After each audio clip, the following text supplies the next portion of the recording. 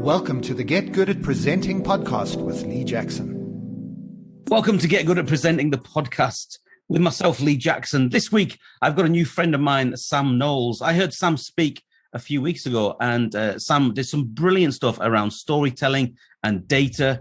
And I thought, you know what, let's get him onto the podcast to share some of his knowledge and what he does. So Sam is the founder and MD of a data storytelling consultancy, Hindsight Agents, and he helps organizations to use data smarter. He's really brilliant around story, some of the classic stuff around story, which we can look at, but also some of the new stuff, which is very much how do you use data and how do you tell stories around data. This is a massive part of my work in the Get Good at Presenting stuff that I do. I often get given the data heavy departments of an organization.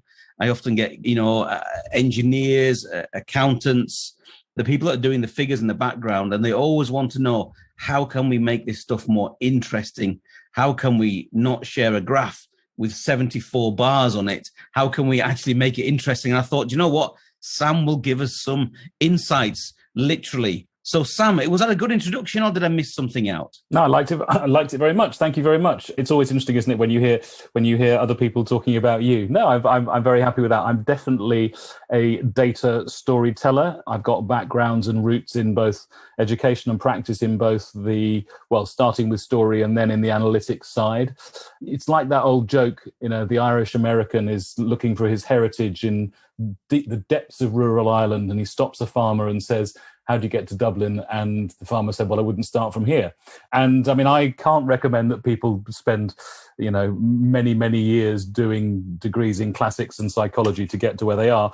But I do think that bringing together data and story at a time when we are surrounded by more and more information, every single organization, however small, public, private sector, whatever, is inundated with information and with data. And how do you make sense of that? And how do you use that to your advantage? So that's what I've spent in this small boutique data storytelling consultancy that I run. So I've been doing for the last nearly 8 years. And I suppose in one way or another, it's what I've been doing for 30 years. Yeah.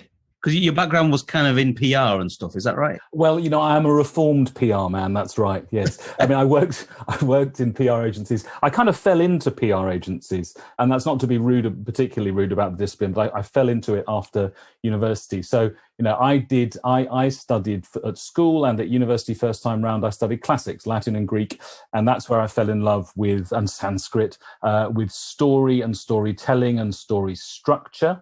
I studied those at school because I was badly taught mathematics. I could not do mathematics really at school. I was at a state grammar school in Buckinghamshire, and I was in the 4th out of 5th sets for maths. And there were more animal noises than algebra going on in those classes. And so I did what I could do. And so it wasn't a massive leap, I suppose, from the narrative and the story and the myths and the legends of the ancient world to the myths and the legends of the modern world. I edited my college newsletter. I'd always written. So that was not an unnatural leap. And I worked in consultancies for PR consultancies, on and off for about 25 years, which is where I kind of cut my storytelling chops. So reformed PR, I like that. Okay, so let's do a little background. Let's go a bit classical at first, Sam. Let me ask you the questions, because you studied the classics. There is lots of classical storytelling stuff, which is often presumed that people know about, but they often don't. It's one of these things that you kind of know how you got there, but you're not sure of the background. So maybe just in a few minutes, can you describe some of those classic storytelling background from literally the classics that I think we would sort of recognize now? Could you? Because I know you're a real expert in that area, so that'd be really interesting. Of course, yeah. So, I mean, the starting point for me, and really for the Western, certainly, and probably really the global, the human tradition, the first person to kind of look at the popular entertainment of his day, but actually the way that humans respond naturally to stories, was Aristotle, 4th century philosopher, a pupil of Plato, tutor of Alexander the Great. He wrote lots and lots and lots of books in lots and lots of areas, and one of the thinnest most readable, particularly in translation, is a book called The Poetics. And in The Poetics, he looked at what are the rules that underpin what were the three forms of popular entertainment of his day, which were tragedy, comedy, and epic poetry. And he mapped out what he called, well, he didn't call it the three-act story structure. More modern people have talked about it as that. Then he looked at plot and character and fatal flaw and all of those things. But for a story to be satisfying, it needs to have three acts. And he called them the thesis, the antithesis, and the synthesis. We might call them Act 1, Act 2, Act 3. But for a story, you need to have three distinct acts, kind of a beginning, a middle, and end, if you like, for any presentation. Tell them what you're going to tell them what you told them. You might think of it as kind of past, present, or future, or how we got here, where we're going, where we might end up. And between those acts, you need what Hollywood screenwriters would call an inciting incident, something that really gets us going. And then at the point of climax, the point of, okay, it's either going to end terribly or usually a bit better than we've been. Usually, not always. The Empire Strikes Back, for example, classic example, that ends in absolute apparent misery, evil surviving. But before the end of the story, before you get the resolution, you need to have something that mirrors that, the inciting incident and then the resolution. But that's often before the book, the film, the short story, the business presentation ends. You can't just have an abrupt ending. That doesn't work. Yeah. So Aristotle, he kind of set that out. And if you look at the structure of great novels, plays, films, miniseries, Netflix. I've got a friend who claims to have watched Netflix under the three lockdowns. I can't believe that's quite true. He feels he's completed it, does he? He does. He's got his badges, like a fast food server. But no, so that three-act story structure. I mean, it's the way I think that psychologists and neuroscientists would say that we make sense of the world from being kids at infant school through to consumers of box sets, through to the way that we react in a business meeting or presentation to what it is. Kind of moving on from that, I still think that is an incredibly powerful, incredibly simple, but incredibly powerful. If one of those acts is missing, if you don't have the inciting incident and you don't have the resolution, but if you don't have that, then the story won't feel satisfying. You'll feel there's something missing. Moving on from that, the American mythographer post-Second World War, Joseph Campbell, set out what he called the hero's journey, which is a 12-step. It kind of handily maps onto a clock face, if you like, but it's a 12-step journey where a hero or heroine will set out from the ordinary world, go into a special world, usually be helped along the way, will have a quest for treasure of some sort. That might be personal understanding or literally treasure in the case of Bilbo Baggins and overcoming Smaug in The Hobbit and all of those things. But we'll go on, we'll have trials, we'll be helped by somebody or some groups of people, and we'll eventually come back to the ordinary world and will have brought some kind of resolution and order before, of course, the whole cycle can start again. And so I think that is that. I've used the hero's journey quite literally, each one of the 12 stations of the hero's journey, as a template for writing industry award papers. The clients were very surprised at the beginning, and although it was a hero's journey of its own, actually it led to gold award winning papers and that, because that structure, we want to learn. I think my all-time favorite box set is The Sopranos, not because I want to be a mafia boss. A waste management expert in the New Jersey area. I don't want to be a mafia boss. I don't want to live the life of Tony Soprano. I don't want to be having a nervous breakdown and all of those things. But I think that stories are the way that we navigate the world. And for me, the way that the characters were brought to life and the mashup of psychiatry and running a mafia organization, it's not really the story, it's the characters. It's what I don't want to be Jon Snow in Game of Thrones. It wouldn't be a good idea. Wouldn't be here. But we learn so much from the way that people's lives play out dramatically.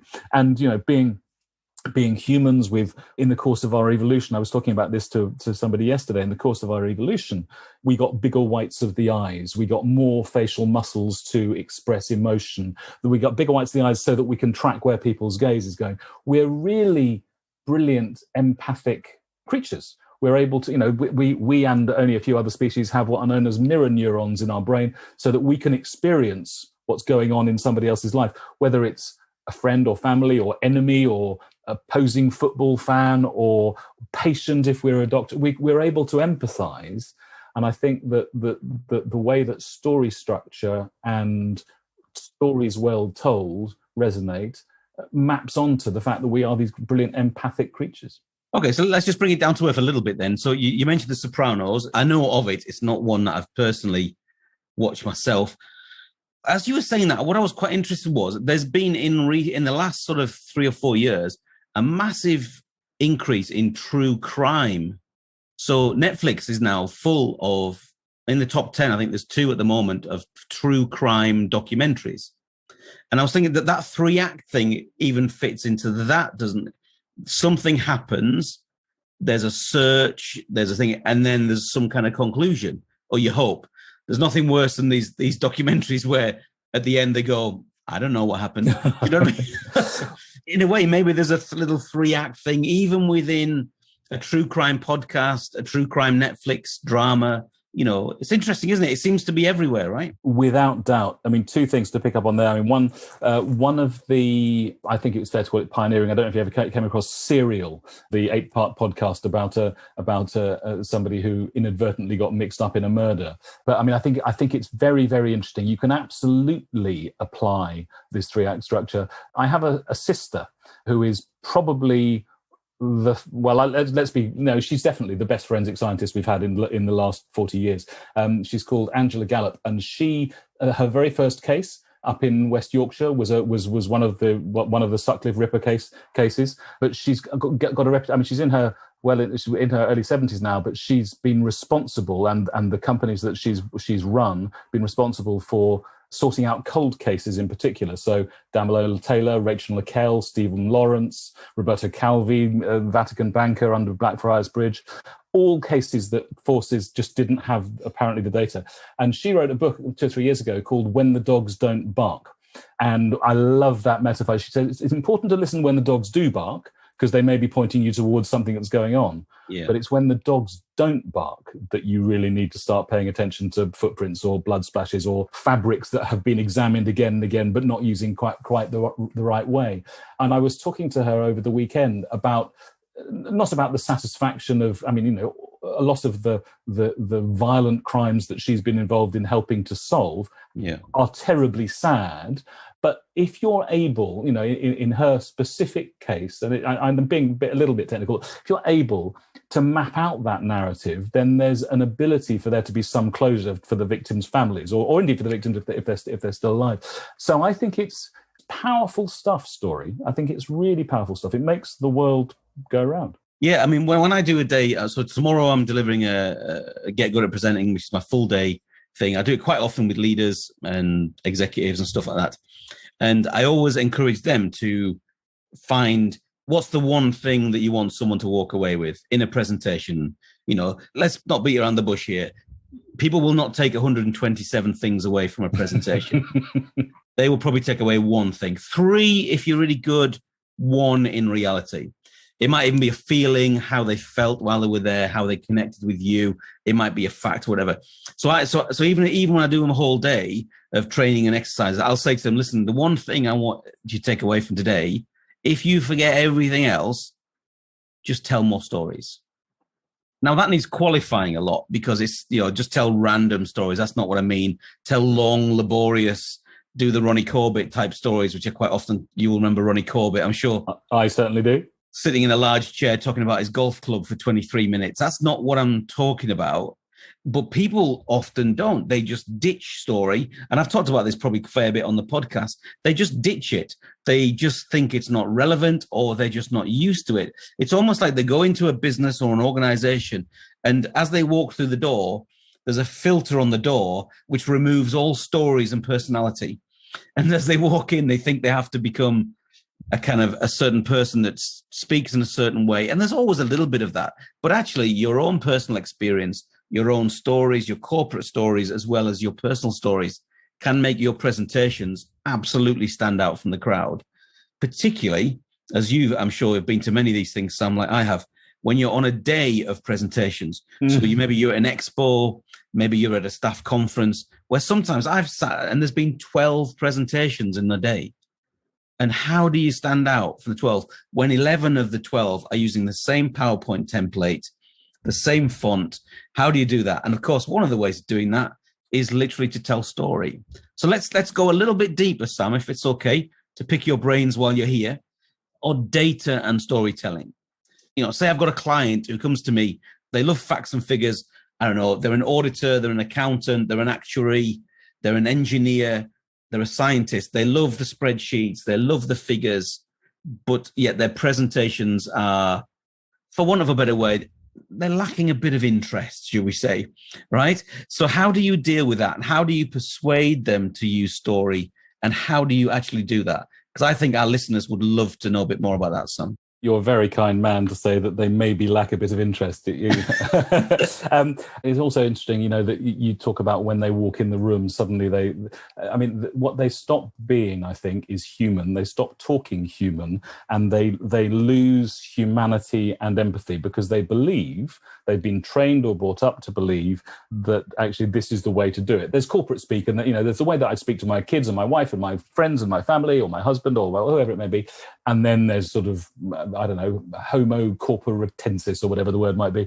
There's homo sapiens and then there's corporate man and woman. I mean, it is often men who are guilty of this. I think it's but it's not exclusively a gendered thing. So I think that one of the things that we forget, and we forget at our peril, and many of us may not know this, but the way that humans make decisions is based on emotion. And the way that they justify those decisions is based on rationality. So we choose to do something, to buy something, to trust somebody, to go with this company rather than that supplier, based on a quick and dirty, evolutionarily ancient bits of the brain that have no access to language, have no access to data, have no access to facts and figures, and we justify them rationally. Now, the work of the Princeton psychologist Daniel Kahneman wrote a book about 10 years ago called Thinking Fast and Slow. Very difficult book to read, but important book. And his life's work, he's in his early 90s now, his life's work has shown that that's how we make decisions. We make them emotionally and we justify them rationally. So my starting point when, you're talking working with accountants and actuaries, on Thursday, I've got a half day in person.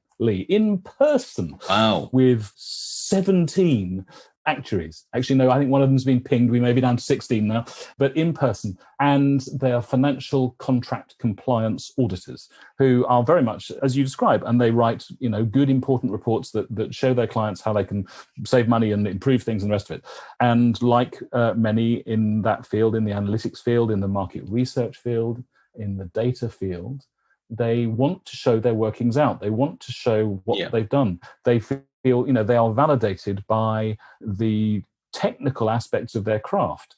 And yet, many times, the audiences that they're looking to influence, to persuade, are many leagues below them in terms of Excel ability, or they wouldn't know, their audience wouldn't know a pivot table from their elbow. They don't really speak the same language. There's a long time, I suppose, that communications and marketing people in many organizations have been sort of slightly dismissed by the chief financial officers and the CEOs as the colouring in department, because they have no accountability for their decision. Well, I think those things are changing, but very often those that deal with data, I don't think they're not human. I don't think they're not empathetic. I don't think that they lack the ability. But what I think they fail to do is to think about who their audience might be, who they are looking to persuade, and also how much information, even with slides and a talk track, how much information people can take in. And so my encouragement and the kind of the golden rules that I try and teach people around data storytelling are very much less about analytics and statistical tests and proof and the rest of it. I could do that. I have done that. When I went back to university and became a psychologist, much to my surprise to find that an awful lot of it was statistics, I overcompensated and learnt not only how to do that analysis, but also how to use it convincingly to an intelligent but a lay audience, because it's really, really hard. There is this thing, I'm sure you've come across this thing, the curse of knowledge. the curse of knowledge. When you know a lot about a topic, it's really difficult to imagine what it's like not to know a lot about that topic. I mean, I think university lecturers, academics, scientists, government officials, lawyers, accountants are probably the most, in fact, I know they're the most guilty because they come out the most guilty time and time again of the curse of knowledge. It's not about dumbing down or getting down to the level of the average person, but it's about sort of almost being mind blind to the fact that people don't know as much. If you know something, there are all these sort of shortcuts we have in our minds to make it easier to live with all of the data that surrounds us. There's this thing, hindsight bias. If you have been exposed to something, well, it's obvious. Of course, everyone knows that, don't they? Yeah. You know, it's why I find it so difficult to watch Match of the Day when I know the results. I can see that Fulham are going to lose again, even if I might feel optimistic that they might beat Liverpool. Of course, it'll never happen. But hindsight bias, when you know something, imagining what it's like not to know that. You know, it's like going back to story. Say you're watching a true crime, either a dramatization or a documentary, and the piece of evidence drops into place, or Sherlock Holmes, you know, particularly maybe the recent Cumberbatch and Sherlock Holmes, when that piece of evidence finally slots into place, you know, that feeling of kind of euphoria and sort of kind of insight, but you can't unknow that. And that can make it very difficult to rewatch or reread or go back to something because you know it already. But it's the same, I think, when you're building a presentation using data, that you know all of this, you've done all of the work, you understand what it all means, and your audience doesn't. And if you use a lot of data, I mean, I'm always talking about finding and using only truly relevant data. Be sparing with the data that you use. Okay. To give you an example, market researchers, I love the market research industry, partly because I work with a lot of companies in that area, and partly because some of when they show me, this is a presentation I'm making to my client tomorrow, I think 162 slides and 161 of them have got charts on. So have you heard of the appendix, I might start with? Or out of these 162, how many of them show us anything has actually changed? 3.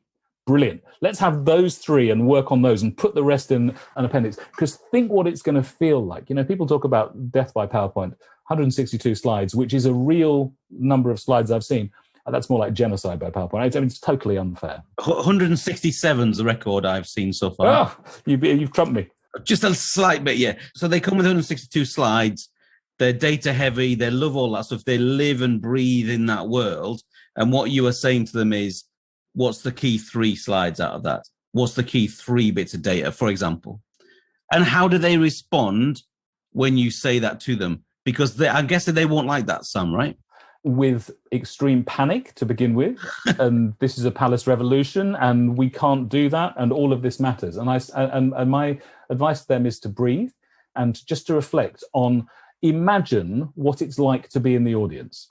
So, you know, one of the exercises that I'll do, and particularly if I'm running a full day with people, is to get them to, first of all, to write a story using data about a client or a project or a favorite sports star. It doesn't matter what it's about, but to research some data and to write something. And they'll stuff the first story with data because they're on a data storytelling course, right? They want to get good marks for using a lot of data.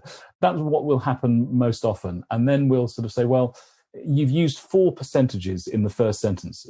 And, you know, you say 40% of people like this, but 30% and 27, but 16. And you think, well, what attaches to what? So first of all, let's use fewer numbers. Second of all, let's think about using different types of numbers. So you might say 20%, and then there may be another 20%, which could get confused. So you could say 1 in 5. So you could vary the type of numbers. But when they come with all of their numbers, and I say, we need to make a judicious case, what I'll get them to do is to write a pen portrait of their audience. So I'm speaking to, they are chief financial officers who love numbers and they dream in spreadsheets. Okay, if that's your audience, we can probably get away with using it.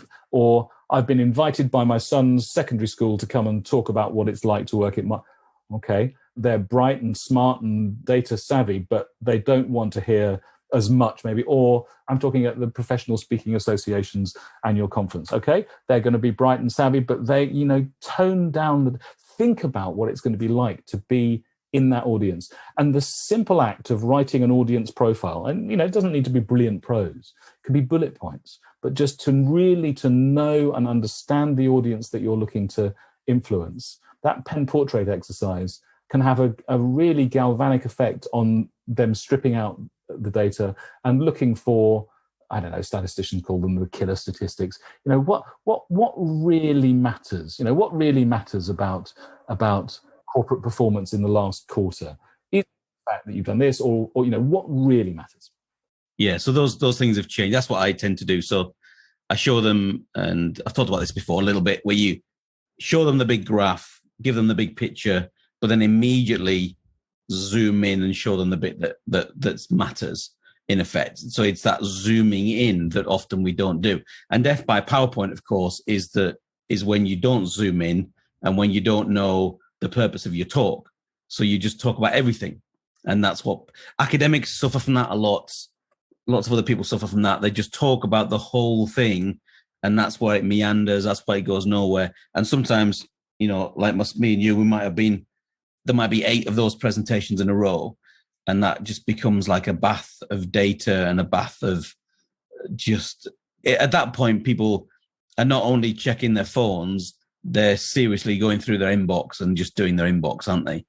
I've been speaking to executives and leaders and managers over the last few weeks, and there is definitely a thing that is developing here, and many of them admitted to me, Sam, that they're on 3-hour work meetings, listening to presentations, and they're mainly all with cameras off and doing their emails at the same time. So the presentations are so bad and so data heavy and so dull that they now got used to, I'll log on, but I'm not actually in the meeting. And so you've got this whole massive waste of hours and hours of productivity of people in meetings, but not actually in meetings. It's just a bizarre, and actually all of that can be stopped if we shorten the meetings, make the presentations punchier and better, and then send the appendix or the email or the PDF afterwards. That immediately just makes the whole thing more effective. But large organizations and companies would rather have a 3-hour meeting where nobody's there after 20 minutes. They're all doing their inbox. It's just, I mean, they must know because they're probably emailing each other. That's the weirdest. So yeah, so I get that, Sam. It's important for them to focus and to zoom in for sure. When you get a really tough group who might come back at you quite a lot and say, no, I need this data. I need the comfort blanket of these graphs and stuff. What do you say to them then, Sam? I love a tough group. When I was about 20 years ago, I went back to school and did this master's and then a doctorate in psychology. And I was teaching quite a lot. And I really like tough crowds. Actually, the thing I liked teaching most of all was statistical analysis on computers, both lecturing, but also the workshops, because many psychologists like me didn't realize they were going to have to do quite so much data analysis. They thought it was going to be about the mind or about, so they didn't realize they were going to actually have to do some experiments. That was my naive experience. And often they come into workshops nearly crying. And you say, okay, so let's just, I mean, I actually have seen both tears, but also elation when you say, okay, so let's just look at the data that you've got and let's just go back a step. Just tell me, without being technical about it, tell me what it was you were looking to find out. And you can do this with market researchers, with auditors. Well, we wanted to find out if we gave someone a cup of coffee, could they run faster? Okay. Okay, right. And so I might say, well, can they? Or, if we drop the price and double the advertising spend on Facebook and Twitter, does that have an impact? Well, we can see that, maybe it does. And if there's a wind blowing on a Thursday and there isn't a lockdown, then yes, it really works. Or, okay, so it's complicated, but we can break it down into elements of story. That any business presentation, as I say, ought to be as well structured as possible to satisfy that unique but powerful human craving for the 3 acts. So that's one thing. Where are you starting from? What has happened with whatever intervention that you or others, could be others, the competitors launched a car that was half the price and twice as fast. Okay, well, we weren't expecting that, and this is so. There's your inciting incident. But a hard crowd. We've got to have this. We can't not have this. Okay, but some things are more important than others. Yeah. And so corporate reputation, I've worked with corporate reputation teams in several research companies and client companies too. They'll do brand health trackers. They'll look at 20 variables about trust and consideration and awareness and affinity and lots of different, abstract concepts. And they'll measure them, and slightly different under the pandemic, but generally these things don't move very fast. They don't really move very fast. So let's look at the ones. So they all matter. I'm not saying that they all matter. We'll accept that they all matter. But which are the ones that have experienced the biggest increase or decrease? Or if they're all chaotic, which are the ones that have stayed the same? Which are the ones that you're based? So let's look for not necessarily the outliers, but let's look for changes. And this is just one example. Let's look for changes that are the most meaningful in the period that we're looking at, and let's see if we can explain that. And we may not be able to explain it. It may be because you might have sold more ice cream sandwiches because it was hot.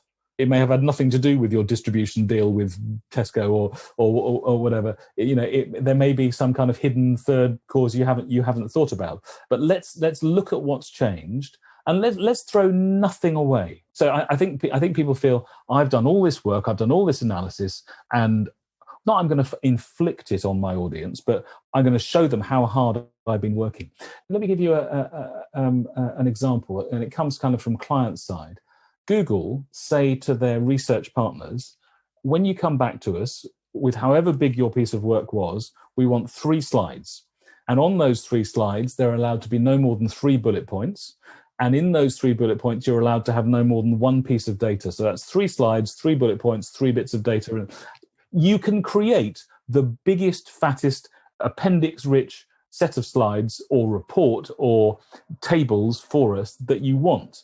And I think that's genius on their part. And it's not to dumb it down. It's to say what really, really matters. Because the response that you want, I think, as a data storyteller, and to some extent we are all data storytellers because we're wading through, it might be pictorial data or verbal data we're all to some extent data storytellers because our stories are underpinned with facts about what's happened, about the market, about trading. So we all are. What you don't want people to glaze over. There's either turn the camera off because there may be a delivery or because I'm going to go and do something else, or there's the really intense staring, and you can tell they're not staring at you, they're staring at their screen because they're doing their email, right? You don't want that. Or even worse, I wasn't presenting, I hasten to add, but I was on a meeting where I could see, reflected in the specs, the Yahtzee game that this senior executive was playing. Oh, no. Get non-reflective glasses. You really don't want that. But so no, the effect that you want is people to go, what? Hang on. Lee's just said that our market share has doubled and we've halved our advertising spend. That can't be right. So, I've never been, and I have been fishing once or twice, but I've never been fly fishing. But I'm told, what you want is the same effect as someone who's fly fishing. You cast the fly onto the water and the fish looks up and it's really interested. You cast the data that says we've doubled turnover and halved spend. That can't be right. Tell me more. And as soon as someone says, tell me more, you've intrigued the audience. You've used data to get them on the line, and now you can say, okay, now we need to look at the 4 markets that we're working in and the 3 retailers, and then people, that's interesting. So Asda's doing better than Tesco. That's interesting. Oh God, I didn't think we could have done that. That's when you get engagement, because what you want to do is you want to start a conversation and start a sustainable conversation. You don't want to bore people. Absolutely. I love that, Sam. That's great. I think we can sort of wrap it up there, really, because that is a beautiful kind of conclusion to what you were saying. And what today has been quite a deep dive into story and data and stuff. So I've loved learning from you, Sam. I've loved that stuff. Tell me how people can get hold of you, Sam. What's the best way to get in contact with you? I'm very discoverable. Probably LinkedIn is possibly the best way. And the profile is Sam Knowles, like Beyonce, although in no sense apart from our surname. Sam Knowles. Data Story is me on LinkedIn, or they can find me at insightagents.co.uk. There's contact forms there. Well, Sam, you've been very generous. Thank you so much for your interest. I could speak all day, but I guess we should probably wrap it up there. But I look forward to chatting to you again soon. So thank you so much, Sam. Been brilliant. Been my great pleasure. Thank you, Lee. So I hope you've enjoyed that podcast. Great time with Sam Knowles. Lots of deep information there where we can dig a little bit deeper. I'll put some links in the notes. But also, I just wanted to tell you that I've been doing some YouTube shorts. Get me with the modern things, eh? YouTube shorts, upright videos designed to be watched on your phone, and they are all less than 1 minute. So I think I've done about 60 or 80 of them, and there's loads of them at the moment, and they're currently going through the Get Good at Presenting ones. So just subscribe to my YouTube channel, which is Lee Jackson Speaker, and I'll put the link below in the notes, and you'll get all of my YouTube shorts. You get 2 a week.